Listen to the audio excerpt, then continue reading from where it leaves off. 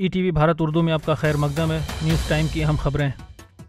लोकसभा इंतखाबात 2024 के तीसरे मरहले के लिए कल यानी 7 मई को वोटिंग होगी। इस मरहले में मरकज़ के ज़ेर इंतज़ाम 2 इलाकों समेत 10 रियासतों की 93 सीटों पर इंतखाबात होंगे।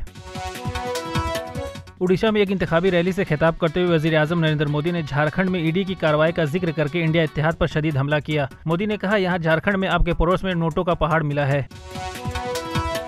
रांची में ईडी ने झारखंड हुकूमत के वजीर आलमगीर आलम के पर्सनल सेक्रेटरी संजीव लाल और उनके नौकर के घर पर छापा मारा। संजीव लाल के नौकर के घर से ईडी को 25 करोड़ रुपए बरामद हुए।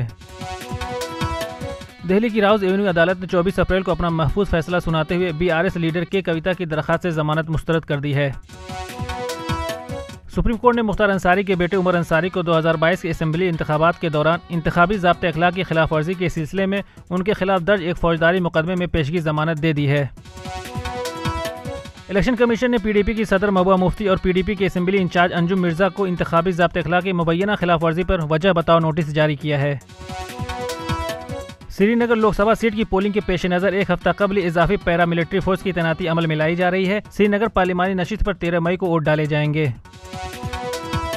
जम्मू कश्मीर के पूंछ में भारतीय फ़िज़ाइया पर हुए दहशतगर्दाना हमले के बाद तीसरे रोज़ भी सर्च ऑपरेशन जारी है। इसराइल के साथ सिफारती तल्लुकात मुनक़ता करने पर कोलंबिया के सदर को सख्त तनकीद का सामना है। तनकीद का जवाब देते हुए सदर गुस्टाव पेट्रो ने कहा कि कोई भी बाज़मीर और अक्लमंद इंसान नस्लकुशी करने वालों के साथ तल्लुकात बरकरार नहीं रख सकता। अल जज़ीरा ने इसराइली हुकूमत की जानिब से इसराइल में दफातर की बंदिश के फैसले की मजम्मत करते हुए उसे मुजरिमाना फेल करार दिया और कहा कि इसराइल की जानिब से आज़ाद सहाफ़त को दबाना बैनुल अक़वामी कानून की भी मुनाफी है। बीसीसीआई के नायब सदर राजीव शुक्ला ने कहा कि हुकूमत की इजाज़त के बाद ही भारतीय क्रिकेट टीम को अगले साल होने वाले चैंपियन ट्रॉफी के लिए पाकिस्तान भेजा जाएगा। पाकिस्तान क्रिकेट बोर्ड के चेयरमैन मोहसिन नकवी ने T20 वर्ल्ड कप 2024 जीतने पर हर खिलाड़ी को $1 लाख बतौर इनाम देने का ऐलान किया है। तहम पाकिस्तान ने अभी तक अपनी वर्ल्ड कप टीम का ऐलान नहीं किया है। खबरों की ताज़ा अपडेट्स के लिए लॉगिन करें www.etvbharat.com।